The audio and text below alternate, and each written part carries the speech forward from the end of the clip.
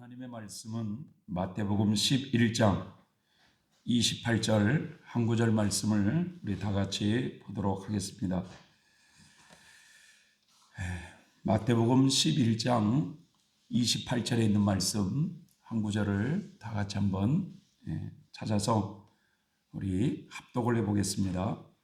시작. 수고하고 무거운 짐진 자들아 다 내게로 오라. 내가 너희를 쉬게 하리라. 아멘.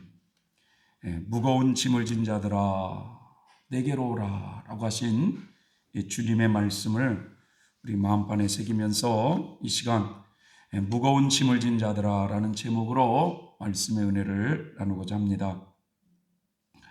여러분, 우리 복음성가에 보면 이런 찬양의 가사가 있습니다. 인생길 험하고 곤고하여 살고픈 후 용약해질 때 너 홀로 앉아서 탄식치 말고 예수님 앞으로 나오시오. 예수님은 생명이요 믿음 소망 사랑 대신에 십자가 희생 구원의 손길로 상처받은 너를 고쳐주시리. 지난 날 부푼 꿈 사라지고 부귀와 영화 없어질 때 절망에 빠져서 울지만 말고 예수님 품 안에 안 계시오. 어두운 밤 지나면 밝은 아침, 겨울이 가면 봄이 오듯 환난과 핍박이 지나고 나면 위로와 평강이 밀려오네. 예수님은 생명이요 믿음 소망 사랑 대신에 십자가 희생 구원의 손길로 상처받은 너를 고쳐주시리. 아멘. 인생의 큰 풍랑을 만날 때 너 홀로 앉아서 탄식치 말고 예수님 앞으로 나오시오 라는 말씀이십니다. 오늘 본문의 말씀에도 보면 주님이 우리에게 이렇게 말씀하세요. 수고하고 무거운 짐을 진 인생들아 다 내게로 오라. 내가 너희에게 힘을 주겠노라고 선언하고 계십니다. 여러분, 이 세상에 어느 누가 수고하고 무거운 짐을 진 자들아 다 내게로 오라고 부르신 분이 계십니까, 여러분? 예수님은 도대체 누구시기에 힘들게 살아가는 우리 인생들에게 그런 말씀을 하실 수 있는 것인가? 마태복음 16장에 보면 어느 날 당신의 제자들에게 예수님께서 이런 질문을 하십니다. 얘들아, 사람들이 나를 누구라고 하더냐? 그때 제자들이 대답합니다. 어떤 사람은 선생님을요 세례 요한이라고 말하는 사람이 있고, 어떤 사람은 엘리야라고 말하는 사람이 있고, 어떤 사람은 에레미야나 이런 예언자들 중에 한 분이 나타났다고 그렇게 말을 합니다. 그때 주님은 그러면 너희는 나를 누구라고 생각하느냐? 라고 했을 때 베드로가 그런 고백을 합니다. 선생님은 그리스도시요 살아계신 하나님의 아들이십니다. 이 고백을 한 베드로에게 주님은 뭐라고 말씀하시냐면, 바요나 시몬아 네가 복이 있도다. 이를 너에게 알게 한 것은 혈육이 아니요 하늘에 계신 내 아버지시니라. 내가 너에게 이르노니 너는 베드로라.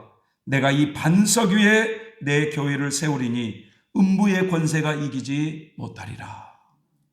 성도 여러분, 베드로의 고백처럼 예수님은 하나님의 아들로서 메시아, 바로 인류의 구세주라고 하는 이 믿음 위에 우리들의 신앙과 교회가 서 있는 줄 믿습니다. 사람은 절대로 자기 공로로 구원을 얻을 수가 없습니다. 가끔 사람들은 나는 교회 안 나가도 죄를 짓지 않는다고 말을 합니다. 물론 교회에 안 나오는 사람들이 더 양심이 바르고 더 착하게 살 수도 있습니다. 그러나 구원의 문제는 내가 착하게 살았으니까 나는 구원을 받을 수 있을 것이다. 못 살게 사는 사람, 못되게 사는 사람은 구원받지 못할 거야. 이렇게 생각하는 사람도 있습니다만, 내가 착한 것만 가지고 구원을 받는다고 한다면 예수님은 십자가에 죽지를 않으셨습니다. 구원은 오직 예수 그리스도를 믿음으로 얻게 되는 것입니다. 그래서 주님도 우리에게 그런 말씀을 하십니다. 나를 믿지 않고는 아버지께로 올 자가 없느니라. 오늘 우리들이 읽었던 이 말씀, 예수님이 말씀하십니다. 수고하고 무거운 인생의 짐을 진 자들아, 다 내게로 오라. 내가 너희에게 쉼을 주겠느라. 여러분, 우리가 인생을 살면서 수고하고 무거운 인생을 한 번쯤은 다 겪어봤을 거예요. 여러분, 그렇지 않습니까? 네. 그래서 그럴 때 때로는 막 탄식하고 내 인생이 꼬이지 않을 때 왜 그런가 라고 했을 때 우리는 정말 낙심과 절망에 빠질 때가 얼마나 많습니까? 그런데 오늘 수고하고 무거운 인생을 짐을 지는 자들아, 다 내게로 오라. 내가 너희에게 쉼을 주겠노라고 말씀하셔요. 저는 오늘 한 여인의 인생 이야기를 하고 싶습니다. 낙심과 절망에 빠져있던 이 한 여인이 예수님을 만난 후에 인생이 완전히 역정된 한 여인의 인생 얘기를 하고 싶습니다. 좀 마음 같아서는 그 여인의 사진을 갖다가 여기 유튜브에다가 탁 띄워놓고 이렇게 하고 싶지만 우리는 개척교회라서 눌렀다가 왔다 갔다 해야 돼서 제가 이게 힘들어서 이해를 하시기 바랍니다. 전남 화순군 도안면 이 봉아리라고 하는 그 봉아리를 수레기 마을로 불렀어요. 수레기 마을. 그런데 그곳에서 사남매 중 외동딸로 태어나 이름은 손임순이라고 불렀고, 부모의 사랑과 특별히 이 할머니의 사랑을 많이 받으면서 이분이 자랐다고 그래요. 그래서 이제 이분의 이름은 수레기 어머니예요. 수레기 어머니. 어떤 어머니요? 수레기 어머니. 그런데 이분이 말이죠, 이제 시집갈 나이가 되어서 이제 청혼이 들어오기 시작을 했습니다. 청혼이. 그런데 이제 하루는 아버지가 이 딸을 시집 보내기 위해서 사익감을 보고 오셨다는 거예요. 옛날에는 주로 말이죠, 이런 딸의 의사에 그런 반영이 없이 부모님이 좀 사익감을 보고 온다든지 이런 일이 좀 많이 있었나 봐요. 그래서 하루는 아버지가 말이죠, 이 딸을 시집 보내기 위해서 사익감의 선을 보고 오셨어요. 그래서 이제 이웃집 아저씨가 하는 말이 말이죠, 사익감이 좋던가? 라고 이렇게 이제 물었어요. 그러니까 이 말에 딸이 말이죠, 아버지가 무슨 말씀을 하시는가 굉장히 귀를 곤두세우기 시작을 했어요. 아버지의 말이 내 딸이 좋은 데가 있어야 좋은 사이를 고르지.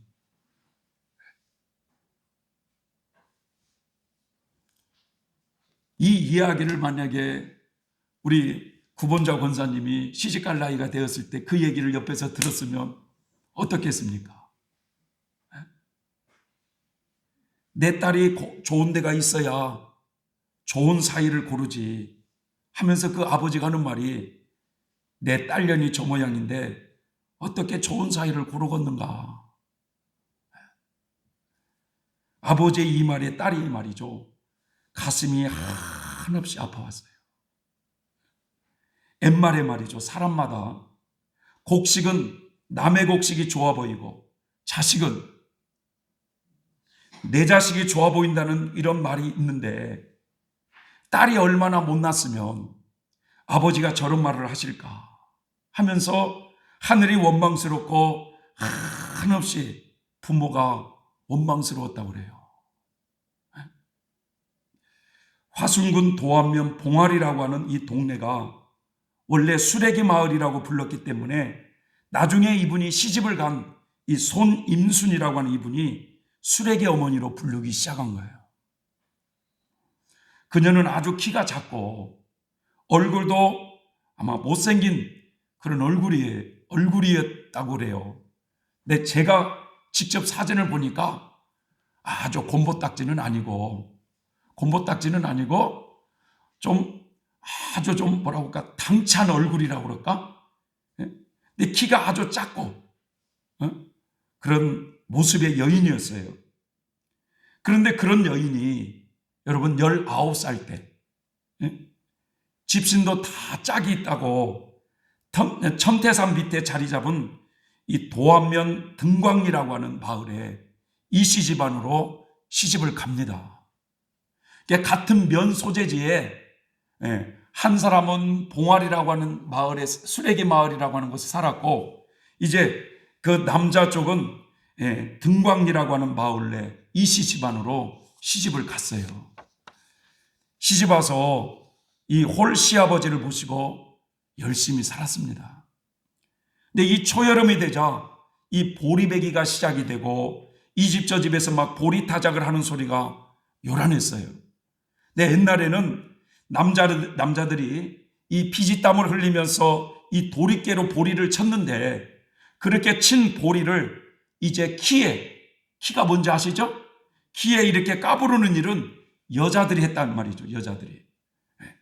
이 수레기 어머니는 밤이 이슥하도록 말이죠. 밤이 깜깜하도록 그 보리를 막 까불렀어요. 그런데 다음날 아침에 그냥 먼동이 트자마자 시아버지가 나오시더니 어젯밤 늦게까지 까불어 놓은 이 타작 찌꺼기를 한 움큼 시아버지가 키에 담아가지고 다시 까부르기 시작하더라는 거예요. 그 어머니의 마음은 시아버지가 그러니까 불안하고 초조했는데 그런데 다행히도 그 키 안에는 보리 한 알이 나오질 않았다고 그래요.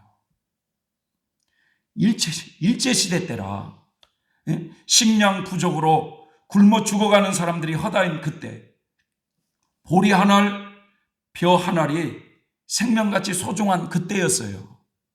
그러니까 시아버지는 그 보리 하나라도 혹시 버릴까 싶어가지고 시아버지가 그렇게 했다는 얘기가 있어요. 그런 시절에도 여러분 도안면 등광리에 여러분 갑자기 예수를 잘 믿는 사람이 한 사람이 등장하고 있었는데 그 사람의 이름이 누구냐? 이세종이라는 사람이었어요. 이세종. 그러니까 이 이세종이라는 사람은 예수님을 믿고 난 후에 과거에 이세종은 없다 해서 자기 이름을 빈공자 해가지고 이공이라고 부르고 다녔어. 나는 없다. 이세종이는 없다. 그래서 사람들이 2020이라고 부른 거예요. 근데 이 이세종이라는 사람과 이 수레기 어머니가 이웃집에 살게 된 거예요. 여러분 이것도 큰 은총인 줄 믿습니다. 이세종이라는 이 사람은요 머슴살이를 열심히 해가지고 얼마나 억척스럽게 일을 해가지고 돈을 모아가지고 그 지역에 제일 가는 부자가 된 사람이에요. 그래서 이분도 말이죠 예수를 믿기 전에는 욕도 잘하고 아주 인색하게 그지없는 그런 사람이었어요. 어느 정도 인색한 사람이냐면 어느 때 말이죠, 닭들이 울타리를 넘어가서 남의 채소밭에 막 그 채소를 파헤치면은, 이 이세종이가 뭐라고 그랬냐면, 좀 이해하고 들으시기 바랍니다. 이 전라도가 좀 욕이 많아요. 뭐라고 하냐면, 전현이 고의로 닭 보고 넘어가라고 했다고 하면서 소리 지르면서 욕을 하던 그런 사람이었어요. 그런 욕심 많고 욕 잘하고 그런 이세종이라는 이 사람이 결혼을 했는데 자식이 생기질 않는 거예요. 그래서 돈은 많으니까 무당을 모셔다가 구슬하면서 이렇게 해보니까 무당이 하는 말이, 산당을 짓고 거기서 공을 들이라, 그러면 자식이 생길 것이다. 이렇게 하고 그 무당의 말을 듣고 산당을 열심히 치고 났는데 무당이 죽어버렸어요. 이유 없이. 그리고 산당을 지어주고 간 목수가 하는 말이, 쓸데없는 듯 하지 말고 예수를 믿으라고 권하면서 성경책 한 권을 주고 갔습니다. 그래서 이 이세종진이가 밤낮으로 그 책을 읽으면서 하나님을 만나게 된 거예요. 하나님이 누구신가? 이 세상을 만드신 창조주이시고 인류의 구세주이시며 인생의 기륭화복을 주관하시는 생명의 뿌리가 되신 분이시구나. 그리고 하나님의 속성을 보니까 하나님은 거룩하신 분이시니 너희도 거룩하라고 하는 이 성경 말씀에 이분이 큰 감동을 받은 거예요. 그래서 우리 인생의 최고의 목적이 그 하나님을 섬기면서 하나님의 그 거룩함을 추구하는 것이 인생의 목적이구나. 이것을 깨달은 이세종이가 그때부터 말이죠, 자녀를 낳으려고 했던 것도 내 욕심이었구나. 이렇게 생각하고 자신이 수십 년간 머슴살이를 해서 모아둔 그 돈을 아깝지 않게 다 나눠주기 시작한 거예요. 가난한 사람에게. 그리고 자기에게 논문서니 반문서니 빚을 진 사람에게 불러가지고 다 그것을 돌려줘 버렸어요. 그리고 이제 자기 부인에게 뭐라고 말씀하냐면, 여보, 우리 앞으로 하나님을 잘 모시고 우리 거룩하게 사십시다 라고 하면서 우리는 앞으로 부부라고 하지 말고 남매로 그렇게 사십시다, 이렇게 말을 한 거예요. 이세종이라는 이 사람이 하루아침에 그렇게 변하기 시작하니까 주변 사람들은요, 어떤 사람은 저 이공이라는 사람이 서양 종교인 예수를 믿더니 정신이 이상해졌다고 말하는 사람이 있는가 하면, 또 어떤 사람들은 예수를 믿으려면 확실하게 저런 사람처럼 믿어야 돼, 이렇게 말하는 사람도 있고, 또 남편의 그런 행동을 이해하지 못하는 아내는 참다 살림 못하겠다고 하면서 2번이나 집을 나가고 2번이나 재가를 했어요. 그런데 이 부인이 다른 남자에게 이제 재가를 한 그 부인에게 그 부인이 가지고 쓰던 살림살이를 지게에다가 다 짊어져 가지고 그 다른 남자에게 시집을 간 그 남자에게 그렇게 얘기를 하는 거예요. 하는 말이, 저런 부인을 데리고 사느라고 애쓰십니다. 언제라도 좋으니 살기가 싫거든 다른 곳에 보내지 말고 꼭 저에게 보내주세요. 이렇게 부탁을 하고 부인에게는 또 뭐라고 말씀하냐면, 예수를 믿지 마세요. 잊지 마세요. 예수를 꼭 잊지 마세요. 이 한마디를 남기고 돌아오면 그때마다 부인은 말이죠, 저 100년 같은 원수가 내 망신을 다 시킨다고 고래고래 소리를 지르면서, 여러분 구정물이라는 게 있잖아요. 구정물을 한 바가지 가지고 막 얼굴에다가 막 끌었어요. 마을 사람들이 보기에 자녀를 낳겠다고 산당을 짓고 공을 들인다더니 이제는 완전히 미치고 돌아버렸구나. 그렇게 많던 재산을 다 없애고 부인까지 남에게 시집을 가도 태연하게 감사할 뿐이었으니 이 소문이 주변 사람에게 퍼지기 시작한 거예요. 여러분, 그 무렵에 이 수레게 어머니가 등광리 마을로 19살 때 시집을 오게 된 겁니다. 우리나라 옛날 이 유교 사상이 젖어 있어가지고 우리나라는요, 여자가 시집을 가서 아기를 못 낳으면요, 칠거지약이라고 7가지 제약 중에서 아내를 쫓아낼 수 있는 7가지 제약 중에서 첫 번째가 뭐냐? 여자가 시집을 왔는데 애를 못 낳으면 쫓아도 된다고 하는 이 칠거지약에 걸리는 것이 하나예요. 그런데 이 수레기 어머니는 다행히도 말이죠, 시집을 와갖고 자녀를 출생했어요. 그러나 말이죠, 여러분, 그렇게 예쁘고 귀여운 자녀들이 모두가 다 2살, 3살을 넘기지 못하고 다 자녀가 죽기 시작합니다. 10달이나 몸 안에서 고이고이 키우다가 태어나는 그 순간 아들이든 딸이건 건강하게 자라나 2살, 3살을 넘기지 못하고 자녀들이 죽는 거예요. 이게 하나님의 섭리였는지 운명의 마귀의 장난이었는지 계속해서 그렇게 자녀가 죽기를, 여러분, 9명이나 죽었습니다. 세상에 그런 여자가 있을까요? 시집을 와서 자녀를 낳았는데 자녀를 낳으면 그 자녀들이 2살, 3살을 못 넘기고 9명의 자녀들이 다 죽었어요. 그래서 19살에 시집 와서 36살까지 9명의 자녀를 낳았지만 그렇게 다 죽은 겁니다. 그러니까 이 수레기 어머니는 정신 나간 사람같이 되고 말았어요. 앞집 뒷집에서 애기들 울음소리만 들릴 때만 하면 이게 더 심해졌어요. 남들은 자식들을 잘도 키우는데 나는 이 무슨 놈의 팔자가 이런 팔자가 있단 말인가. 같은 해에 같이 낳은 남의 아들을 볼 때마다 마음이 더 아파오기 시작한 거예요. 세상이 쓸쓸하기 그지없었어요. 하늘을 봐도 캄캄하고 땅을 봐도 캄캄하고 남모르게 흐르는 눈물이 마를 날이 없이 밖에 나가기도 싫어했고, 그때 수레기 어머니가 36살이었습니다.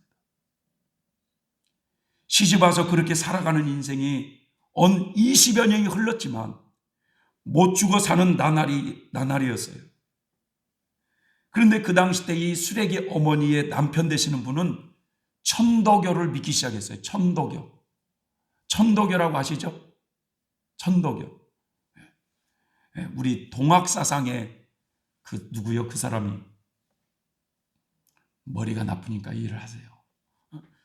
그 천도교를 믿기 시작했는데 이 남편은 자식을 하나라도 건져보자는 생각에서 천도교를 믿기 시작한 거예요. 수레기 어머니도 혼신을 다해서 이 맑은 물을 말이죠, 이 장독대에 떠놓고 탁 이렇게 피는, 장독대에 그 물을 떠놓고 피는 그런 일을 많이 하면서 천도교를 열심히 믿으면서 그 천도에게서 가르치는 기도문을 막 외웠어요. 일주일에 한 번씩 천도교를 믿는 신자들이 몰려와서 돼지를 잡고 잔치를 벌였지만 모든 것이 화사였습니다. 성경의 말씀처럼 하나님이 아닌 헛된 곳에 제물을 드리는 자는 괴로움이 더할 것이라고 하는 이 말씀처럼 그에게는 모든 것이 화사였어요.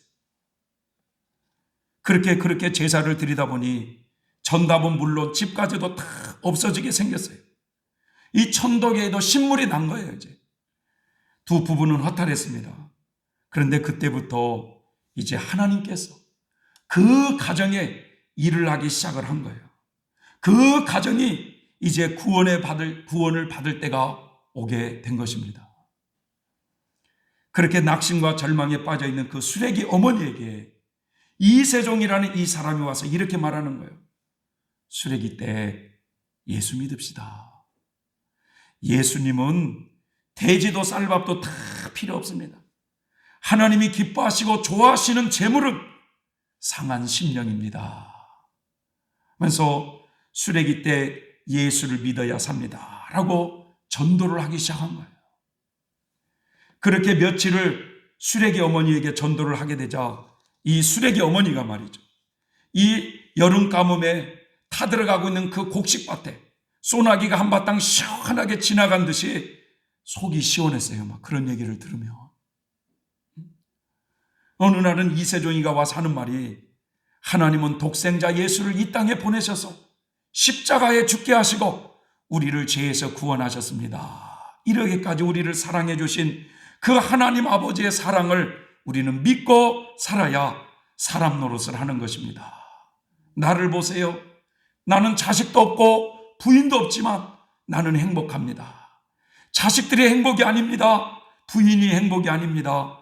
사람은 하나님을 믿고 살아야 행복한 것입니다. 이 말씀에 수레기 어머니에게 그 하나님의 빛이 임하기 시작한 거예요. 그래서 이 수레기 어머니가 자신도 모르게 그렇게 고백을 합니다. 예수를 믿으면 미친 광인도 좋아지지, 미친 광인도 좋아져. 그러면서 자기가 예수를 믿기 시작하겠다고 결단을 해요. 근데 제가 참 보면은요, 이 여인들이 뭘 한번 하겠다고 결단하면 여러분 못 막습니다. 그래서 여인들이 남자를 미워하면 어느 월에도 뭐가 온다고 그래요? 뭐가 내린다고 하잖아요. 그때 이분이 수레기 어머니가 독하게 마음을 굳히면서 내가 예수를 믿겠다고 그렇게 결단을 해요. 20년이 넘도록 시집와서 자식 하나 못 기른 죄 많은 여인이 하늘을 봐도 무심했고 땅을 봐도 무정했어요. 밖에 나갈 수도 없는 죄 많은 인생, 이런 불쌍하고 가련한 큰 죄인을 위해 하나님께서 독생자 예수를 이 땅에 보내어 우리를 위하여 죽으시고 구원하셨다고 하니 내가 예수를 믿겠다고 이분이 고백을 했어요. 날마다 한숨과 눈물로 밤을 삼던 부인이 힘을 얻고 말이죠, 이제 생기가 좋아지면서 이렇게 의욕이 생기는 그 모습을 남편이 보면서 남편이 부인한테 뭐라고 하냐면, 예수를 믿으려면 글을 알아야 된다 하면서 남편이 부인에게 글을 가르쳐 주기 시작한 거예요. 이게 기억자도 모르는 거예요, 부인은. 그래서 하나님의 말씀을 읽고 싶은 열망에 열심히 글을 배우고 그 이세종 선생님을 찾아가서 성경 말씀을 배우고 오면 그 영혼이 그렇게 기쁠 수가 없어요. 이공님께서 뭐라고 말씀하냐면, 팔아 깊이 팔아 얕게 팔면 너 죽는다 하시면서 하나님 말씀을 깊이 생각하라고 늘 말씀해 주셨어요. 마을 사람들은 미쳐 돌아다닌다고 흉보는 사람들이 있었지만 거기에 아랑곳하지 않고 수레기 어머니는 항상 이렇게 고백했어요. 왜 내가 진작 예수를 몰랐을까? 이 좋은 것을 이렇게 생각하며 늘 이런 찬송을 불렀다고 그래요. 날 구원하신 예수를 영원히 찬송하겠네. 저 죄인 어서 주께 와 제사함 받으라. 이 세상에 근심된 일이 많고 참 평안을 몰랐구나. 내 주 예수 날로라 부르시니 곧 평안이 시리로다. 주 예수의 구원의 은혜로다. 참 기쁘고 즐겁구나. 그 은혜를 영원히 누리겠네. 곧 평안이 시리로다 하면서 그렇게 예수 믿는 것을 좋아하기 시작한 거예요. 세월이 그렇게 은혜 속에 빠르게 흘러갑니다. 그러다가 어느 날 수레기 어머니가, 이 수레기 어머니는요, 자식을 낳는 것도 이제는 진저리가 난 사람이에요. 그러나 남편의 생각은 아니었어요. 집안의 대가 끊이지 않도록 자식을 낳아야 된다는 생각에 굳어 있었어요. 그런데 어느 날 수레기 어머니 뱃속에 소식이 온 거예요. 남들은 아기가 생기면 경사라고 좋다고 하지만 이 수레기 어머니의 생각은 달랐어요. 9번이나 자식이 다 죽었기 때문에 이 아이가 꼭 죽을 생각을 하니 불안하기 시작한 거예요. 그래서 하루는 어느 날 그 이공님께 찾아가서 선생님, 제가 아기가 생긴 것 같아요. 이 소식을 전하니까 이 이공님이 깜짝 놀라면서 한숨을 푹 쉬신 거예요. 그래서 이 모습을 본 수레기 어머니가 너무나 부끄럽고 죄송해서 몸둘 바를 몰라 하면서 자비하신 하나님 아버지 용서해 주십시오. 미련한 이것이 미처 모르고 실수를 했습니다. 기왕에 생긴 것이니 불쌍히 보시고 남편의 소원을 들어주시고 용납해 주세요 하면서 이때부터 이 어머니는요, 비장한 각오를 하면서 허리띠를 졸라매기 시작했어요. 배가 부르게 먹어도 절대로 안 된다. 하루에 한 끼씩 밥을 먹는데 그 한 끼씩 밥을 먹을 때 3수저 이상을 먹질 않았어요.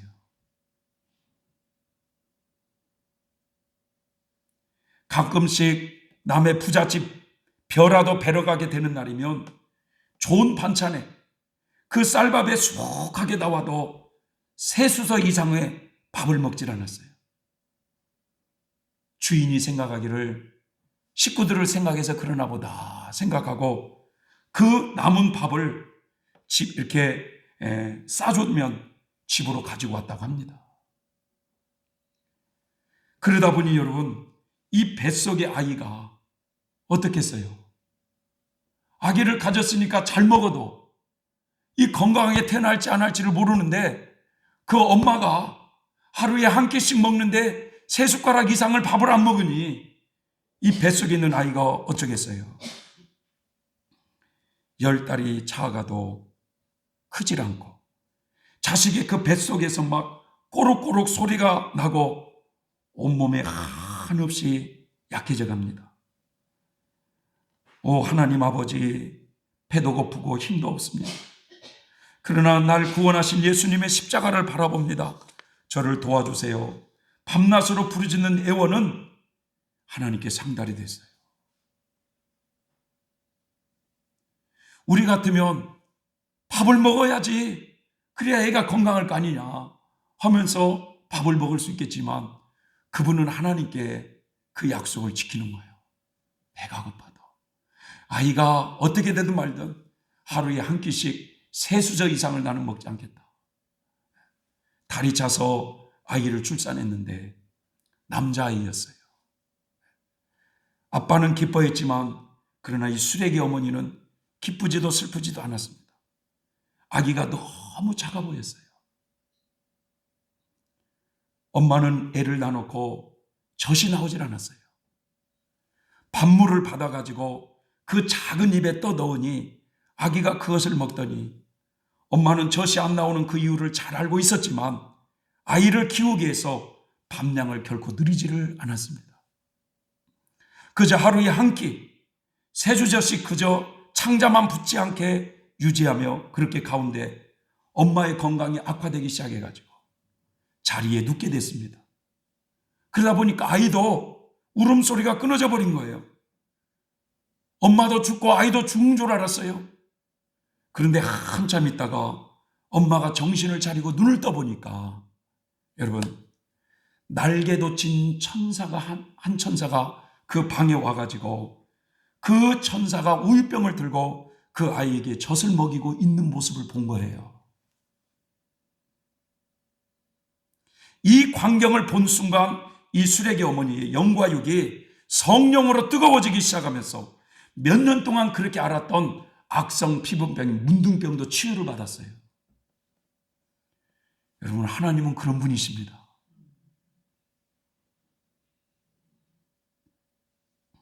수레기 어머니는 이때부터요 영적으로 더 깊어져 가기 시작을 했어요. 자녀를 낳은 후에 이것으로 족하다고 이제는 남편에게 선언을 했어요. 남편과 잠자리를 피했어요. 남편이 잠자리를 요구하면 하나님 아버지를 찾으면서 순결하게 살려고 피해 다녔어요. 그럴 때마다 남편의 입에서는 온갖 쌍욕이 나오면서 막 전연전연하면서 막 이렇게 욕을 하기 시작했습니다. 예수를 믿어도 좀 적당히 믿어라, 막 아내를 핍박하기 시작했어요.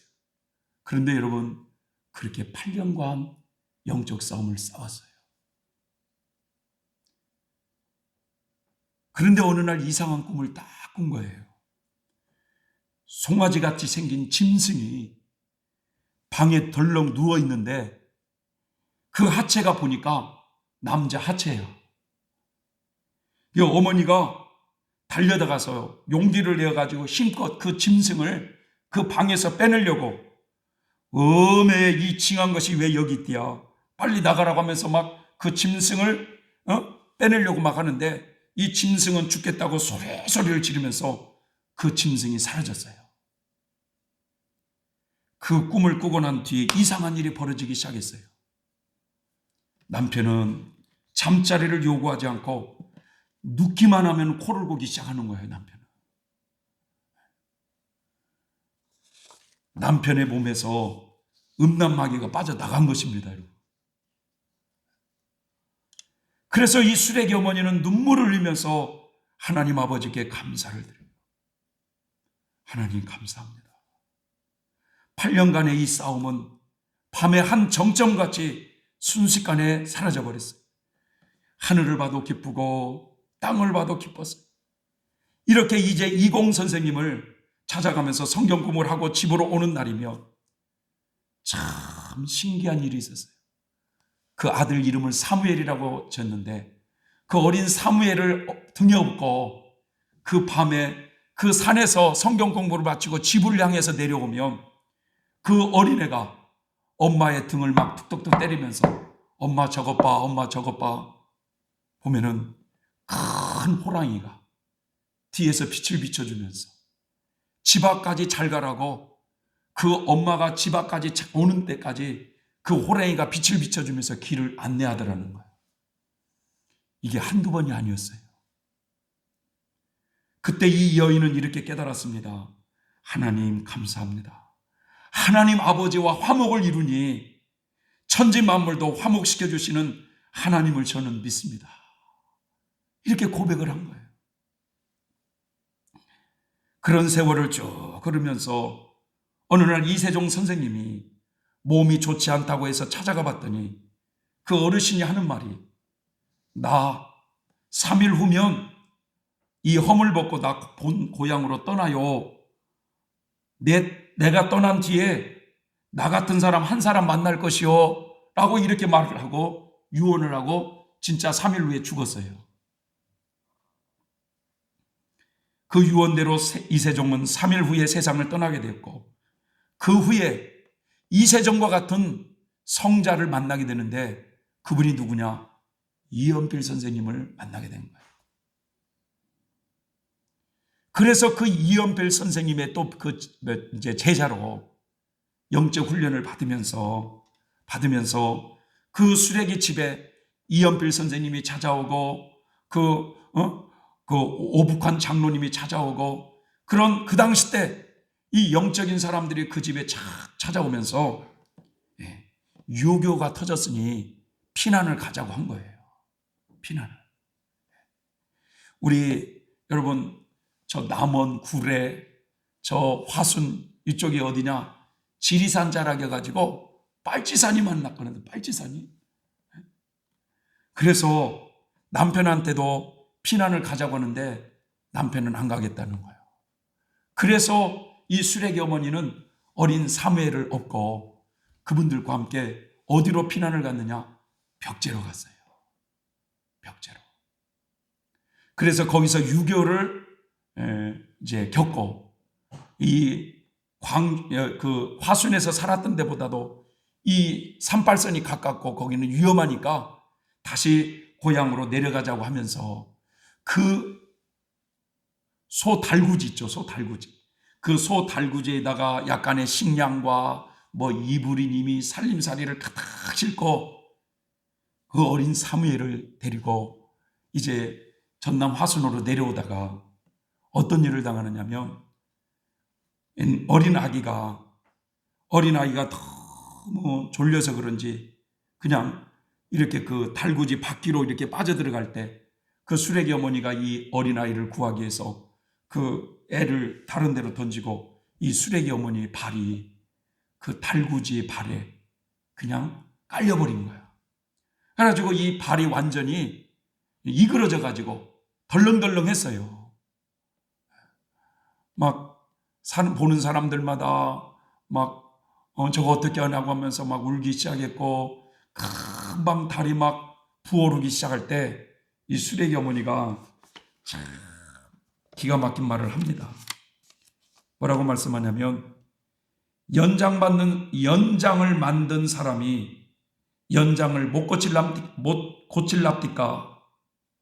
나 70일이 지나면 나와서 걸어 다닐 것이요. 이렇게 말을 했어요. 그러니까 연장을 만든 사람이 연장 하나 못 고칠랍니까? 하면서 70일이 지나면 나와서 걸어 다닐 것이라고 이렇게 말을 했는데, 그 어머니의 신앙의 고백대로 70일이 지난 후에 그냥 뭐 병원 간 것이 아니라 그냥 나와서 살았어요. 약 3년 정도 그 피난길에서 벽지에 살다가 집에 와보니까 남편이 죽은 겁니다. 근데 이 남편이 어떻게 죽었느냐? 바로 이 빨치산들에게, 빨치산들이 총알이 아깝다고 총으로 죽인 것이 아니라 그 쇠스랑으로 등을 짝을 3번을 찌개서 죽였대요. 근데 이 남편이 비명소리 한 번 지르지 않고 뭐라고 고백했냐면, 아버지 내 영혼을 받아주십시오 라고 그 말을 하고 죽었다고 그래요.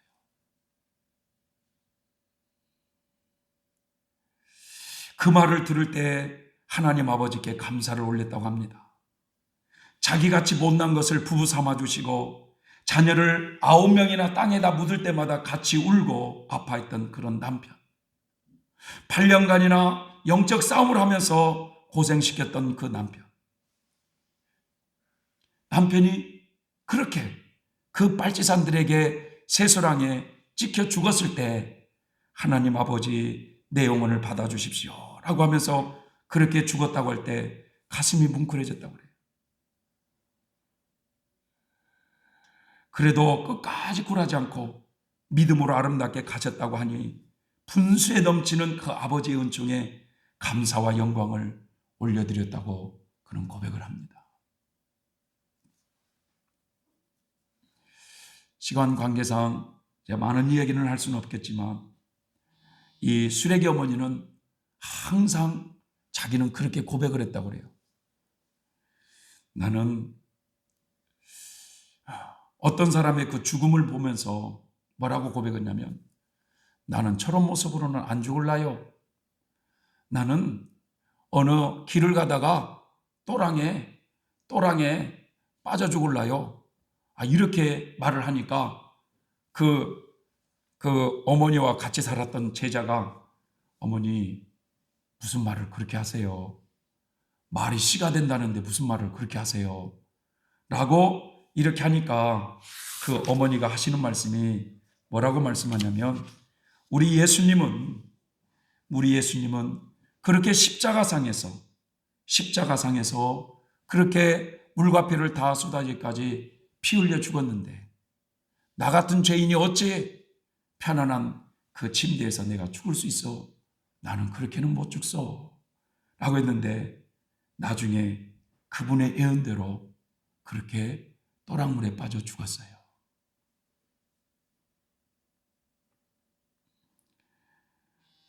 하루는 어느 날 이제 그 사무엘이 30살이 되었을 때, 30살이 되면은 장가 간다고 그렇게 엄마한테 그렇게 하더래요. 그래가지고는 엄마가 저 피로 먹을 놈은 자식이 30세가 되면 장가 간다고 그렇게 말을 하는데, 저런 일은 하늘도 못 막는 일인데 내가 너 알아서 해라고 그렇게 호통을 한번 쳤다고 그런 얘기를 하시더라고요. 네. 참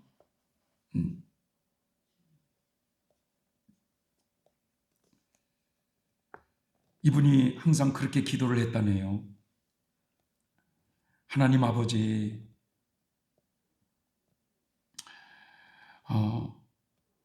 하나님이 이렇게 저에게 그렇게 눈병을 이렇게 주셔서 늘 이렇게 눈병 때문에 아파하고 힘들어서 하루는 무슨 일로 이렇게 오랫동안 이 눈으로 아픈가 하고 하나님 아버지께 물어봤더니 하나님 아버지가 뭐라고 대답을 하냐면, 너 사람들한테 아닌 것이 보이면 아버지 저를 좀 안 보이게 해달라고 네가 나한테 기도하지 않았느냐.